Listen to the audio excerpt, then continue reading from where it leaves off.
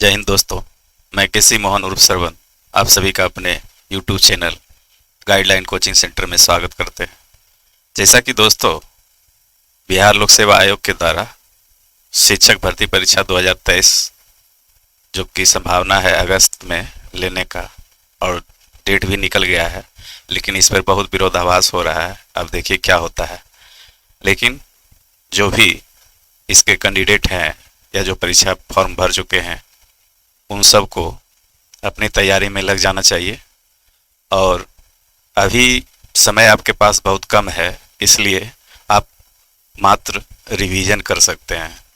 बहुत वैसा कोचिंग संस्थान है, ऑनलाइन भी है, जो कि इस सब को लेकर के परीक्षा को लेकर के बहुत सी बातें कर रहे हैं। लेकिन जो कैंडिडेट हैं वो अपना जो है काम करें और आप लोग जो है इसको रिवीजन करें। अभी हमारे समझ से प्रैक्टिस करना 1-2 महीने में आप कुछ कर नहीं सकते हैं। 1-2 महीने में सिर्फ प्रैक्टिस ही कर सकते हैं, इसलिए प्रैक्टिस डेली करें। 1-2 सेट प्रैक्टिस डेली करें, इस तरह से आपका रिवीजन हो जाएगा और रिवीजन ही परीक्षा के लास्ट स्टेज में काम करता है। तो चलिए हम लोग इसी कड़ी में आज हम आप लोग को मैथमेटिक्स का कुछ क्वेश्चन रिवीजन करवाते हैं। पहला क्वेश्चन है √6 + √6 + √6, इस तरह से रूट पे रूट है, ठीक है। तो ऐसे सब क्वेश्चन को आप ट्रिक की मदद से, शॉर्टकट मेथड है इसका, शॉर्टकट मेथड से आप आसानी से हल कर सकते हैं। तो करना क्या है, जब प्लस प्लस प्लस रहे और रूट के अंदर रहे सभी को जोड़ना हो तो इसमें कुछ नहीं करना है, इसका गुणनखंड निकालना है। और वैसा गुणनखंड निकालना है, दो गुणनखंड निकालना है जिसका अंतर 1 हो। तो यहाँ क्या होगा, 3 × 2, इसको 2 फैक्टर में आप तोड़ दीजिए, 3 और 2 में, और इसका डिफरेंट 3 और 2 का डिफरेंट 1 होता है। तो यहाँ पे जब साइन प्लस रहे, ठीक है, ये प्लस साइन रहे तो जो बड़ा गुणनखंड होगा वही इसका उत्तर हो जाएगा, ठीक है। और जब ये साइन माइनस रहे तो छोटा जो गुणनखंड होगा वो आपका उत्तर हो जाएगा। ये साइन जब माइनस रहे और ये जब साइन प्लस रहे तो उत्तर आपको बड़ा वाला देना है, और जब साइन माइनस रहे तो वो छोटा वाला देना है। करना क्या है, 6 को ऐसे 2 फैक्टर में तोड़ना है जिसका अंतर 1 हो, और जब साइन प्लस हो तो बड़ा वाला मान आपको रखना है, और जब साइन माइनस हो तो छोटा वाला मान रखना है। तो इस तरह से यहाँ पे जो हमारा आंसर निकल के आएगा, चूंकि साइन प्लस है इसलिए बड़ा वाला मान लेंगे, ऑप्शन नंबर ए। और इसको अगर आप जो है मान के बनाएंगे तो x मानना पड़ेगा और दोनों तरफ स्क्वायरिंग करना पड़ेगा, तो ये रूट हट जाएगा, उसके बाद एक रूट हट जाएगा, उसके बाद हो जाएगा कि x² + 6 प्लस रूट, फिर इस तरह से रूट अंदर चलते चला जाएगा। तो इसका इक्वेशन जो बनेगा आपका x मानने के बाद x² बराबर x प्लस ये स्क्वायरिंग जब करेंगे तो एक रूट ये हट जाएगा, तो बन जाएगा 6 + x। इस तरह से फिर जो ये अब इक्वेशन बनाएंगे तो x² - x - 6 = 0। ये द्विघात समीकरण पे आ गया। इसको जब हल करेंगे तो एक मान आपका 3 आएगा और दूसरा मान जब आएगा -2। तो इस तरह से हम लोग बेसिक पे नहीं जाते हैं, बेसिक भी समझना हो तो आप इसको हल करके देख सकते हैं। चलिए अगला क्वेश्चन देखते हैं हम लोग। कहता है 2 संख्याओं का गुणनफल 0.08 है, उनमें से एक संख्या दूसरी के 1/5 के बराबर है, उनमें से छोटी संख्या क्या होगी। तो कुछ नहीं है, इसको आसानी से आप निकाल सकते हैं। मान के चलिए a और b 2 संख्या है, ठीक है, और कहता है उनमें से एक संख्या दूसरी के 1/5 के बराबर है। तो दूसरी संख्या मान लिया x है, b जो है दूसरी संख्या है तो वो x है, और पहली संख्या क्या हो जाएगा, इसका 1/5 यानी x/5 हो जाएगा। अब ये दोनों हमको रेशियो में निकाल देते हैं, तो ये 5 से भाग दे देंगे तो ये बच जाएगा x, और ये क्या हो जाएगा 5x।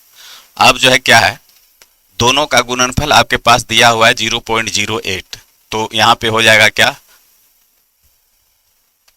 गुणनफल का मतलब x × 5x बराबर 0.008, ये हो गया। अब जो है ये क्या हो गया, 5x² बराबर 8/1 पर 3 0, यानी 3 अंक के बाद दशमलव है। अब चलिए इसको हम लोग सिंप्लीफाई कर देते हैं, तो x बराबर अगर निकालेंगे तो 8 बटे 1 पर 3 जीरो गुने ये 5 नीचे में चला आएगा और इस पर हो जाएगा रूट अंडर। ठीक है, एक्स स्क्वायर निकालेंगे तो 8 बटे 1000 का गुनाम ये वहाँ गुनाम है, यहाँ भाग में नीचे चला आएगा, ये हो जाएगा आपके पास। और x पर से स्क्वायर हटेगा तो यहाँ पे अंडर रूट चला आएगा। अब 2 से इसको काट दीजिए, 2 चौके 8, 2 पचे 10, अर्थात ये होगा 4 बटे 2500 का रूट अंडर, अर्थात ये निकल के बाहर आएगा तो 4 का वर्गमूल 2 और 2500 का वर्गमूल 5 पर 1 जीरो। ठीक है, अब जो है इसको जो है हम लोग दशमलव में बदल देंगे, तो दशमलव में बदलने के बाद क्या हो जाएगा, दशमलव उतारेंगे तो 20 आएगा, तो फिर नहीं लगेगा भाग 20 में। तो अब जो है इसको क्या करेंगे, फिर 1 जीरो उतारेंगे तो यहाँ पे जीरो उतरेगा तो 2 हो जाएगा, है ना। तो 5 चौके 20 यानी कि 4 मरते भाग लग जाएगा। इस तरह से इसका उत्तर जो होगा 0.04, यही आपका रिजल्ट हो गया, ऑप्शन नंबर डी। अगला क्वेश्चन, यहाँ पे पावर कहता है 2 पर पावर 60, 3 पर पावर 48, 4 पर 36 तथा 5 पर पावर 24 में सबसे बड़ी संख्या क्या है। ठीक है, तो ऐसा जब भी क्वेश्चन आए आपको पावर में रहे तो यहाँ पे देखिए पावर को सिंप्लीफाई करने का कोशिश कीजिए। सबसे पहले यहाँ पे देखिए कि उसका एलसीएम या जो भी है किसी तरह से पावर को जो है सब छोटा करने का कोशिश कीजिए, और सबसे आसान तरीका है कि उसका एलसीएम लेकर के। लेकिन हमको यहाँ पे 60 है, 48 है, 36 है, 24 है, हमको नजर आ रहा है कि सभी जो है 12 का गुणज है, तो 12 से सभी कट सकता है। तो हम लोग इसमें क्या करेंगे, 2 पर पावर 60 है तो 12 से काटेंगे तो 2 पर पावर 5 हो जाएगा। पावर में 60 में जो है भाग 12 से हम लोग दे रहे हैं, इसको 12 से सभी में क्या कीजिए, भाग दे दीजिए पावर में।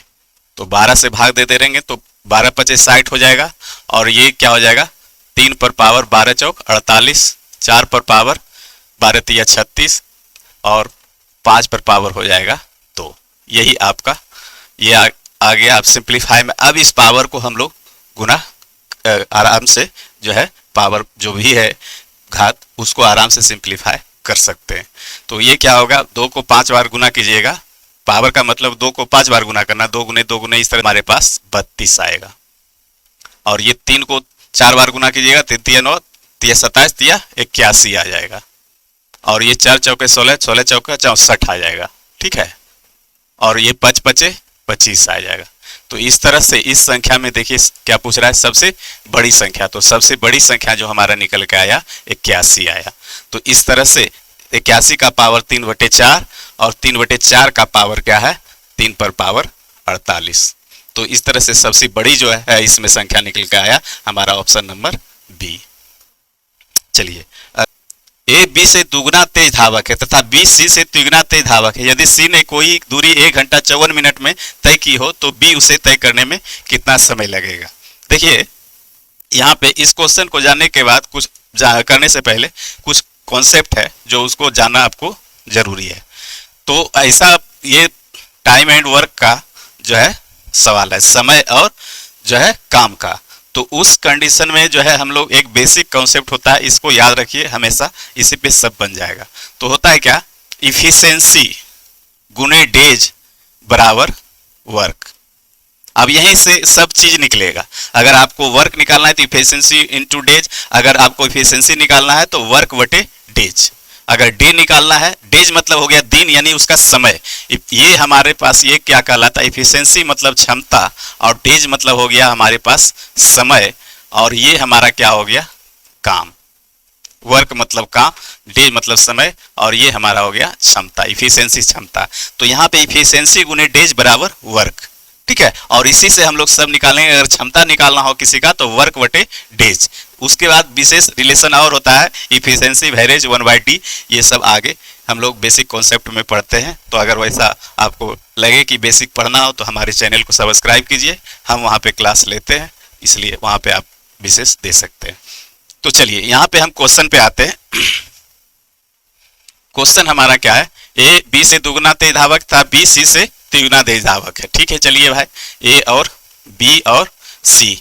तो लास्ट रिलेशन क्या है, बी सी से तिगुना तेज धावक है। तो सी से, तो सी मान लीजिए 1 किलोमीटर दौड़ता हो, तो बी क्या है, 2 किलोमीटर दौड़ेगा उतने ही समय में, ठीक है। सेम समय में बी सी से तिगुना तेज धावक है, इसका मतलब इफिशियंसी यहाँ पे दे रहा है, उसका क्षमता दे रहा है।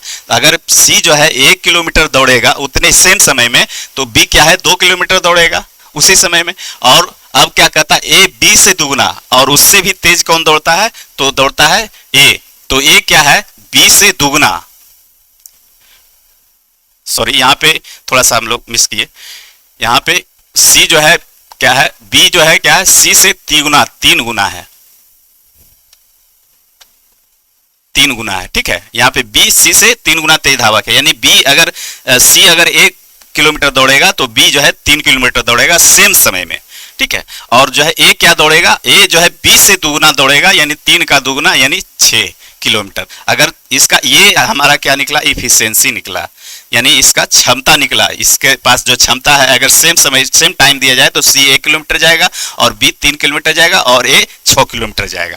अब चलिए आगे, आगे क्या कहता है, तो जो है यदि सी ने कोई दूरी 1 घंटा 54 मिनट में तय किया हो, सी जो है दूरी क्या कर रहा है तय 1 आवर और 54 मिनट्स, ठीक है, 1 घंटा प्लस 54 मिनट में तय कर रहा है।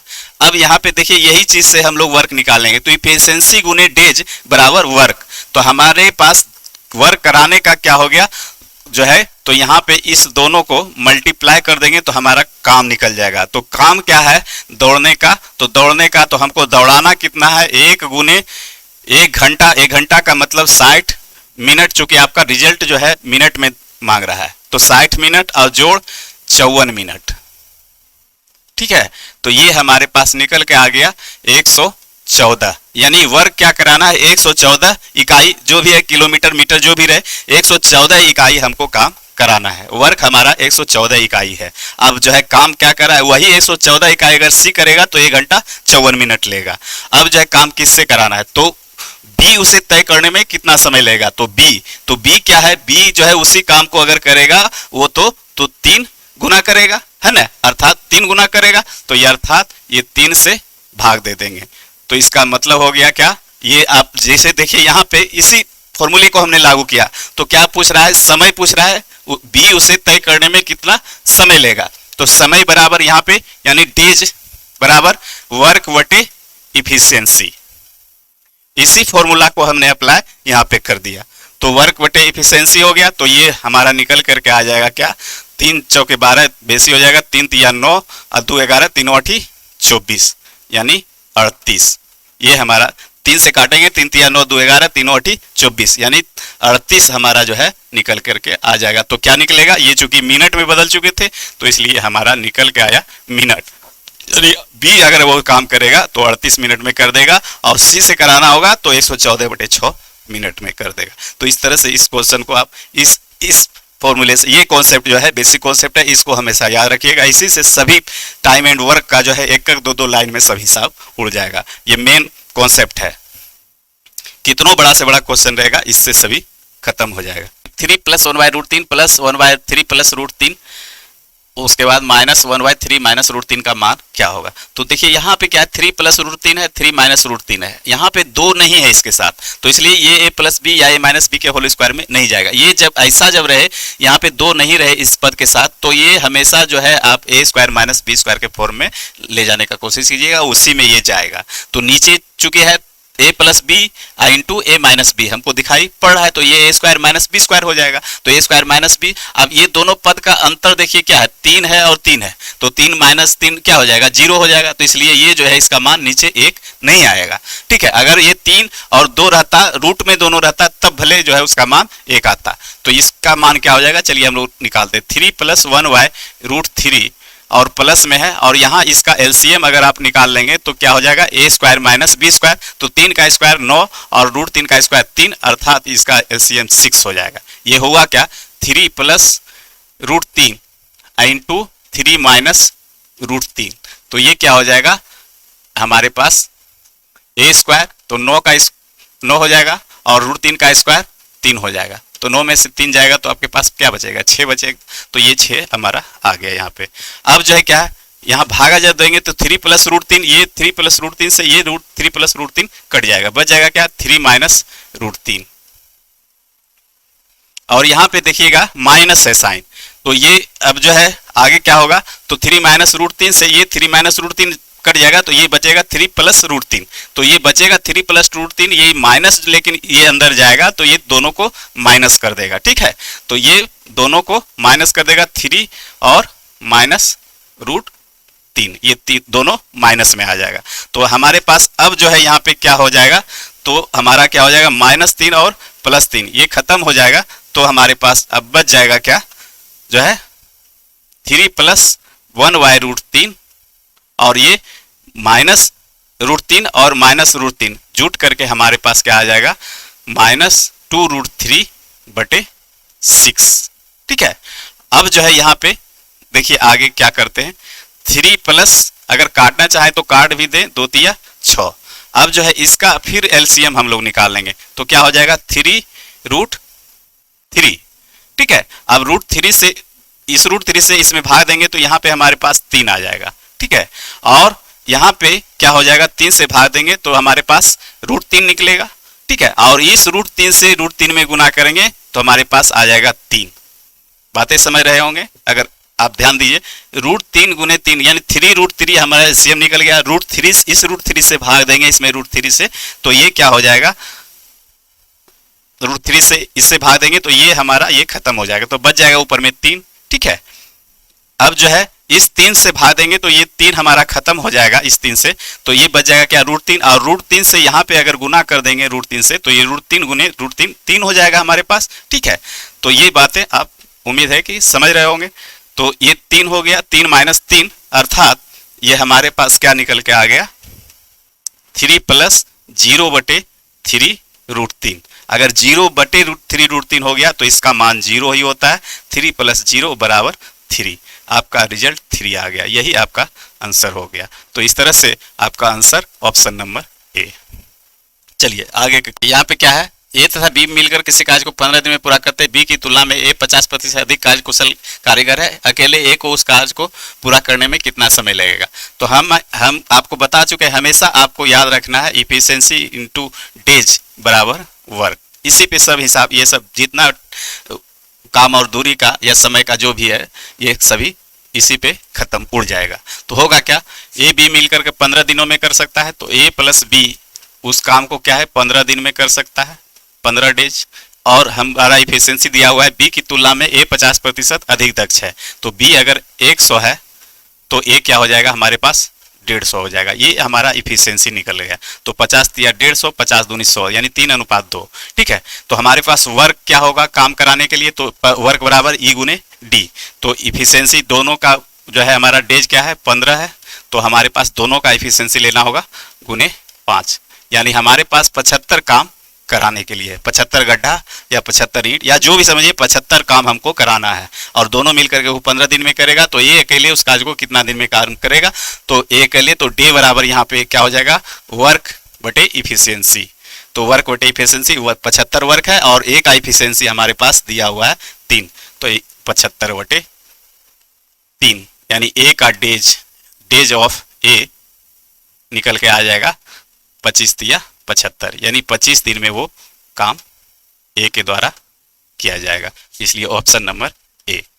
चलिए अगला क्वेश्चन, ए तथा बी किसी कार्य को क्रमशः 9 तथा 12 दिन में पूरा कर सकते हैं। एक के आरंभ करके यदि वो बारी बारी से एक दिन काम करते हैं तो कार्य को पूरा होने में कितना समय लगेगा। फिर वही चीज आ गया, इफिशिएंसी इनटू डे बराबर वर्क।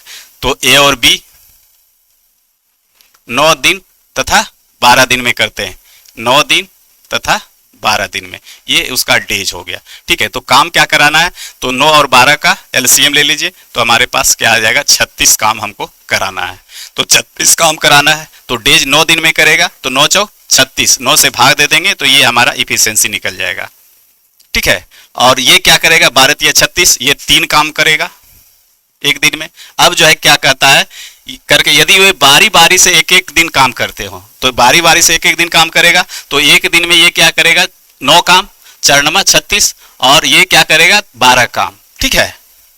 ध्यान दीजिएगा, ये चार काम करेगा, सॉरी ये एक क्या करेगा, ये 4 काम करेगा और बी 3 काम करेगा एक एक दिन में अगर करेगा, तो एक दिन ए करेगा, एक दिन बी करेगा, ठीक है, तो इस तरह से क्या हो जाएगा 2 दिन, तो 2 दिन में हमारा क्या है, ए जो है करेगा 4 काम और बी करेगा 3 काम।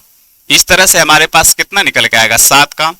दोनों के द्वारा 2 दिन में जो है 7 काम करेगा, तो टोटल काम कितना है हमारे पास 36। तो 7 पचे 35 और 7 छक 42, 6 दिन में अगर करेगा दोनों एक एक दिन तो बेसी हो जाएगा, तो 2 दिन में हमारा 7 काम करेगा, तो ये क्या हो जाएगा 7 पचे 35। इस तरह से 55 दिन दोनों काम करना होगा, तो 35 काम हमारा कर देगा। यानी कि दोनों अगर काम करेगा तो 10 दिन में जो है 7 पचे 35, 7 गुने 5, 5 दिन का मतलब 5 दिन ये और 5 दिन ये, यानी 10 दिन, तो 10 दिन में 7 पचे 35 काम हमारा कर देगा।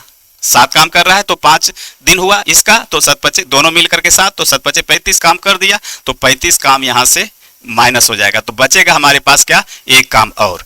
तो एक काम जो है तो ए और बी मिल करके करेगा, तो लास्ट दिन क्या करेगा, बी काम करेगा, है ना। और फिर बारी आ जाएगा किसका, ए का, चूंकि ए पहले कर रहा है बी बाद में, तो फिर ए बी इस तरह से करते जाएगा। तो 5 दिन ए किया तो 5 दिन बी भी किया, तो लास्ट में बी कर रहा है, तो बी काम जो है खत्म कर देगा, तो जो काम बचेगा वो करना होगा ए को। दूसरा बार पारी आएगा ए को, फिर ए से फिर पारी शुरू होगा, तो ए काम करेगा, तो ए जो है क्या करेगा, उस काम को जो है कितना, तो ए जो है 4 काम करता है, तो बचा हुआ कितना, एक काम है, तो 1/4 यानी डे निकालना होगा, तो हमारे पास काम बटे इफिशियंसी हो जाएगा। तो 1/4 दिन में फिर ये एक काम को समाप्त कर देगा। अर्थात टोटल दिन अगर देखा जाए तो 10 दिन यहाँ पे और प्लस 1/4 दिन, अर्थात 10.1/4 दिन टोटल काम करने में लगेगा। ये बातें आपको समझाने के लिए हमने इधर लिखा, बस ये 2 लाइन में हिसाब खत्म हो जाएगा।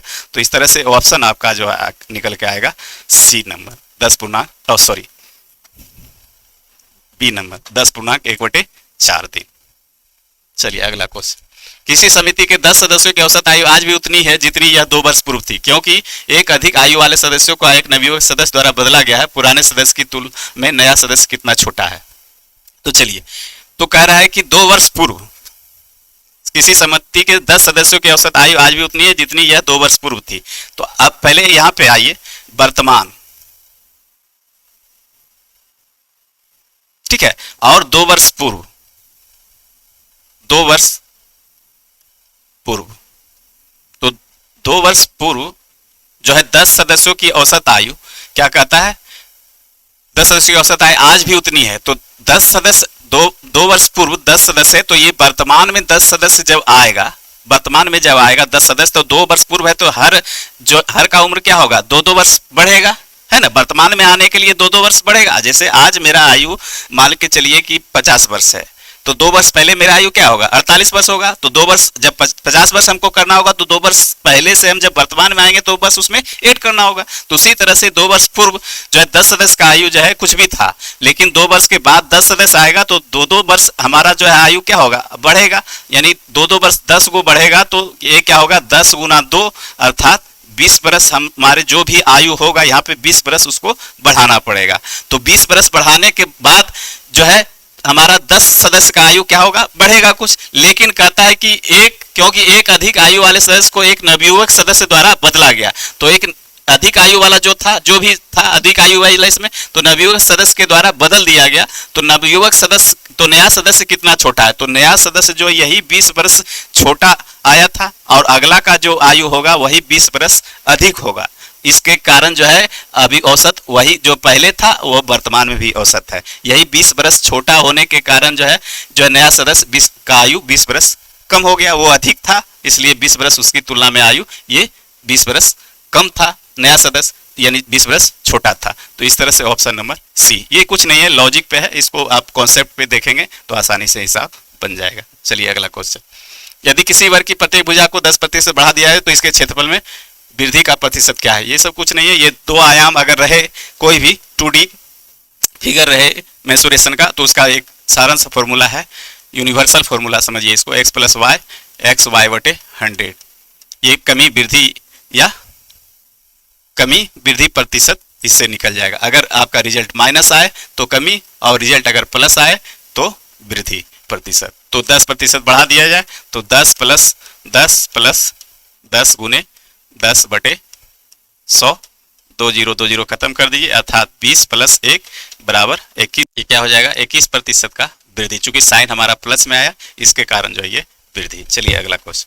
20 वस्तुओं का क्रय मूल्य 15 वस्तुओं के विक्रय मूल्य के बराबर है तो लाभ प्रतिशत होगा। तो 20 वस्तु का क्रय मूल्य 15 वस्तुओं के विक्रय मूल्य के बराबर। देखिए ये सब आसानी से 20 वस्तु का क्रय मूल्य, तो यहाँ पे 20 सीपी मतलब कॉस्ट प्राइस बराबर 15 एसपी का, इस तरह से आप लिख दीजिए। तो यहाँ क्या कर दीजिए, तो सीपी बटे अगर एसपी आपको करना हो तो क्या सीपी यहाँ रहेगा, एसपी को इधर ले आएंगे पकड़ के, तो ये चला आया, और ये 15 यहाँ पे रह गया आपके पास, और ये 20 इधर चला आया।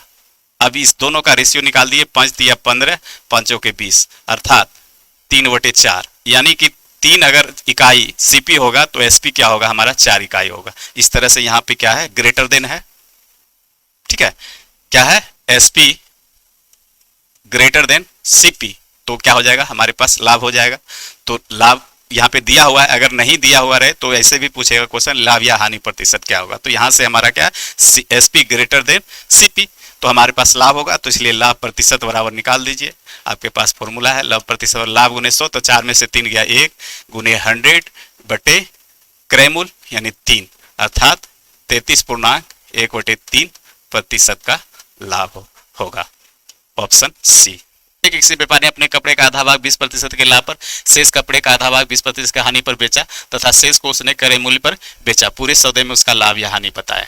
तो पूरे सौदे में लाभ या हानि कब पूछ रहा है, तो मान के चलिए कि वो 100 रुपये का कपड़ा बेचा, ठीक है, ये हमारा उसका सीपी हो गया।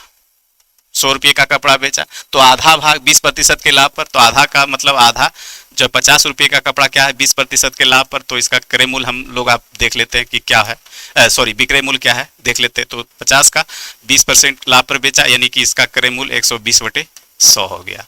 अब चलिए, और उसके बाद कहता है शेष कपड़े का आधा भाग, तो शेष कपड़ा हमारे पास 50 तो बेच दिया 50 रुपये का, तो 50 रुपया बचा, तो शेष कपड़ा हमारे पास क्या बचा 25 रुपया का कपड़ा बेचना है, और सब कुछ से एसपी जो भी बेचा उसका विक्रय मूल्य सबको हमको जोड़ देना है।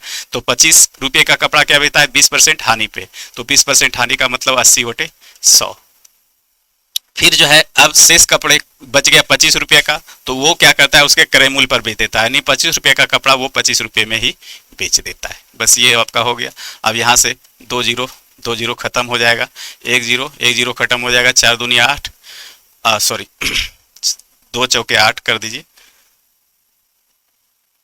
या इसको 5 से ही काट दिए, 5 5 25, 5 दूनी 10 और 2 चौके 8, अर्थात हमारे पास 12 25 60 जोड़ 20 जोड़ 25, टोटल हमारे पास क्या 60 20 80 20 100, यानी 105 रुपया हमारा क्या निकल गया एसपी। सेलिंग प्राइस जो निकल के आया 105 रुपया, और कॉस्ट पर लाभ हुआ तो लाभ बराबर ये हो गया इतना 5 रुपया, तो प्रतिशत लाभ या हानि, तो लाभ हुआ, तो लाभ क्या हो गया 5% का लाभ हो गया। 100 रुपया जो कि क्रय मूल्य है 105 रुपये विक्रय मूल्य, तो लाभ प्रतिशत 5%, ऑप्शन ए। चलिए अगला क्वेश्चन। 320 रुपये प्रति किलो मूल्य वाली दार्जिलिंग चाय को 250 रुपये प्रति किलोग्राम मूल्य वाली असम चाय के साथ किस अनुपात में मिश्रित किया जाए ताकि मिश्रण का 324 रुपये प्रति किलोग्राम के भाव से बेचने पर 20% का लाभ हो। देखिए ये रूल ऑफ एलिगेशन का हिसाब है मिश्रण का, तो मिश्रण का नियम है, तो यहाँ पे 320 रुपये प्रति किलोग्राम और 250 रुपये प्रति किलो, और 324 रुपये वो उसको बेचना है मिलाकर के, जिस पर 20% लाभ हो। तो चूंकि ये क्या है क्रय मूल्य है और ये भी क्रय मूल्य है, सीपी है, दो तरह का चाय है और दोनों का ये सीपी दिया हुआ है, और दोनों को मिला करके वो 324 रुपये बेचना चाहता है जिस पर 20% लाभ हो। तो यहाँ से इसका पहले सीपी हम लोग देख लेंगे, जो चाय वो दोनों मिलाएगा तो उसका कॉस्ट प्राइस क्या होगा। तो सीपी 324 का 100/120% लाभ लेना चाहता है, तो ये काट दीजिए और ये काट दीजिए, 12 दूना 24, 24 8 32 कट जाएगा, 12 दूना 24 8 32 बरसते 84, यानी 270 रुपये केजी उसको जो है कॉस्ट प्राइस जो उसका पड़ेगा दोनों मिलाने के बाद 270 रुपये पड़ेगा। ठीक है, तो रूल ऑफ एलिगेशन में है क्या, पहला प्रकार का चाय दार्जिलिंग चाय है, दार्जिलिंग, उसके बाद दूसरा क्या है असम चाय, दोनों को मिलाना है, तो ये 320 रुपया है और ये क्या है 250 रुपया है, और दोनों को मिला करके 270 रुपये बेच देना है। रूल ऑफ एलिगेशन ये है। इसमें रूल ऑफ एलिगेशन में कहता है बड़ी संख्या में से छोटी संख्या को हमेशा घटा देना है आपको। तो ये 270 बड़ी है तो 270 में 250 चल जाएगा, कितना बचेगा, 20 बच जाएगा। और ये क्या बचेगा, 300, अब चूंकि 320 है बड़ी तो 320 में से 70 चला जाएगा तो 70 300 यानी ये 50 हो जाएगा। ठीक है, अब जो है इसी अनुपात में उसको दार्जिलिंग चाय 20 केजी मिलाएगा तो असम चाय 50 केजी मिलाना पड़ेगा, तब जो है उसको 20% का मुनाफा होगा। अर्थात जो है उसका जो है अगर रेशियो ही पूछ रहा होगा है ना, किस साथ किस अनुपात में मिश्रित किया जाए, तो यहाँ पे 1 0 से 1 0 हटा दीजिए, यानी 2:5 के अनुपात में उसको मिलाना पड़ेगा। Option number D. चलिए अगला क्वेश्चन, यदि किसी संख्या को 20% वृद्धि की जाए तो परिणामी संख्या में पुनः 20% की वृद्धि की जाए तो कुल वृद्धि कितने प्रतिशत होगी। तो वृद्धि है तो सेम वही यूनिवर्सल फॉर्मूला, 20% फिर बढ़ाया फिर 20% बढ़ाया, यानी 2 बार बढ़ाने का मतलब x + y + xy/100, इसी पे आप जो है लगा दीजिए। तो 20 + 20 + 20 गुने 20/100 अर्थात 40 + 4 बराबर 44% का वृद्धि हो जाएगा उसमें।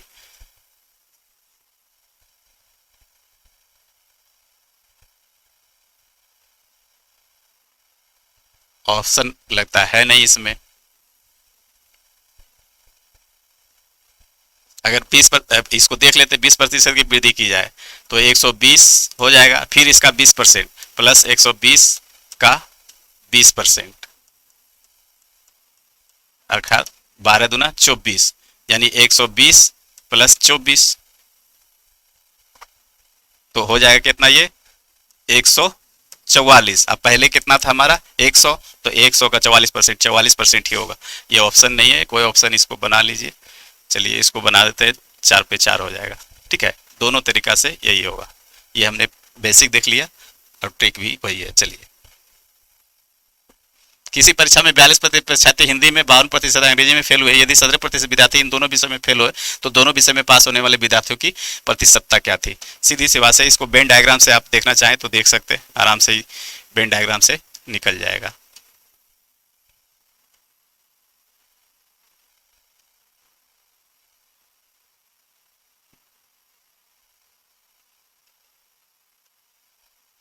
चलिए देखिए क्या है, 42% हिंदी में, तो हिंदी मान के चलिए ये है 42% है। ठीक है, और 52% अंग्रेजी में फेल हुए, 52% अंग्रेजी में। यदि 17% दोनों में, ये 17% दोनों में, तो यहाँ पे ध्यान दीजिएगा वेन डायग्राम में वही डाटा रहता है जो कि तीनों में समान इकाई में हो। यहाँ पे क्या है, तीनों समान इकाई मतलब तीनों क्या है, फेल वाला है।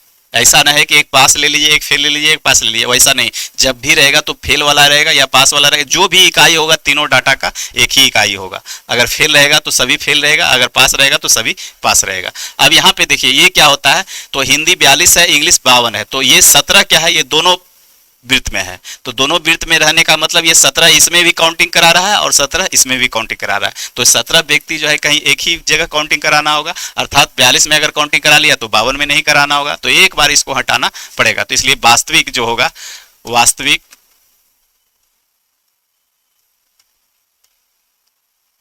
फेल होने वाला, फेल विद्यार्थी,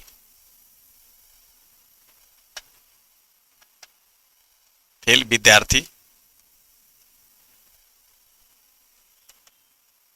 बराबर हमारे पास क्या निकल जाएगा, 42 जोड़ 52 माइनस 17। ये 2 2 4 5 4 9, 94 में से 17 घटा दीजिए। ठीक है, 42 और 52 ही है ना। ठीक है, हाँ, 14 में से 7 जाएगा 7, बाकी 8 में से गया 8 में से गया 7। 77% जो है हमारा क्या है, फेल होने वाला है। तो दोनों विषय में पास होने वाले विद्यार्थियों का प्रतिशत क्या है, तो दोनों विषय में पास होने वाला तो 100 माइनस 77, 77 3 80 20 100 यानी 23%। दोनों में पास होने वाला 23%, ऑप्शन नंबर ए। सेबों के मूल्य में 20% कमी होने पर एक आदमी 4000 रुपये में 16 किलोग्राम अधिक सेब खरीदता है, सेबों का कम हुआ प्रति किलोग्राम मूल्य कितना है। देखिए इसका फॉर्मूला है, अगर x रुपये में y केजी कम या अधिक खरीदता है, x रुपये में y केजी, यहाँ पे और आगे बढ़ जाइए, r% कमी या वृद्धि के कारण x रुपये में y केजी कम या अधिक खरीदता हो। हालांकि दूसरा कॉन्सेप्ट भी है, लेकिन इसको आप अगर याद रखेंगे तो हमेशा इससे पे बन जाएगा कम। खरीदता हो तो प्रारंभिक मूल्य, प्रारंभिक मूल्य जो भी है प्रति किलोग्राम या जो भी प्रति केजी बराबर निकल के आएगा क्या, एक्स आर बटे वाई गुने 100, ठीक है, माइनस आर, ये प्रारंभिक मूल्य निकल जाएगा। और जब घटा या बढ़ा हुआ मूल्य पूछे, घटा या बढ़ा हुआ मूल्य, तो हमारे पास क्या होगा, एक्स आर बटे वाई गुने 100। यहाँ पे प्लस माइनस लगा दीजिए क्योंकि यहाँ पे कमी या वृद्धि पूछेगा, ठीक है, तो plus minus R, X R बटे वाई गुने 100। तो ये क्या पूछ रहा है, सेवों का कम हुआ प्रति किलोग्राम मूल्य, तो सेवों का कम हुआ प्रति किलोग्राम मूल्य, तो एक्स का मान यानी एक्स रुपये में, तो एक्स रुपये में क्या है 4000 रुपये में, ये x हो गया, और y केजी कम या अधिक खरीद रहा है r प्रतिशत की कमी के कारण, तो x r, तो x का मान हो गया 4000 गुने r का मान हो गया हमारा 20 बटे y का मान हमारा हो गया कितना 16 किलोग्राम कम या अधिक, और 100 अपने मन से 2020 4 चौक 16 4 पचे 20 और 4 दह 40, अर्थात वो जो है हमारा उसका घटा हुआ मूल्य जो है चूंकि 8% मूल्य में कमी के कारण 50 रुपये प्रति केजी, ऑप्शन नंबर सी। दो संख्या किसी तीसरी संख्या से क्रमशः 30% 37% कम है, पहली संख्या से दूसरी संख्या कितने प्रतिशत है, तो दो संख्या तीसरी संख्या से, ठीक है, तो फर्स्ट सेकेंड थर्ड, तीन संख्या मान लीजिए, दो संख्या तीसरी संख्या से, तो तीसरी संख्या हम मान के चलते हैं 100 है, तो दो संख्या क्या है, किसी तीसरी संख्या से क्रमशः 30% और 37%, तो 30% कम क्या होगा, ये होगा क्रमशः, और दूसरा क्या हो जाएगा 37% कम होगा तो 67, ये 63 हो जाएगा, ठीक है, ये क्या है क्रमशः 30% ये कम है और ये 37% कम है, ठीक है, तो ये 63 हो जाएगा, ये 70 हो जाएगा। अब क्या कहता है, पहली से दूसरी संख्या का कितने प्रतिशत कम है, तो पहली से दूसरी संख्या, तो किससे, तो जिससे कहे वो नीचे, तो पहली से नीचे कितना कम है, तो 70 माइनस 63 यानी 7 कम है, परसेंटेज में पूछ रहा है तो 100, अर्थात 10% कम है, यही आपका ऑप्शन हो गया सी नंबर। चलिए, वीडियो अगर अच्छा लगे तो लाइक एंड चैनल को सब्सक्राइब कीजिए और वीडियो को अधिक से अधिक शेयर कीजिए, फिर हम अगले क्लास में कुछ क्वेश्चन और लेकर के आएंगे जो कि आपको रिवीजन करवाएंगे। धन्यवाद।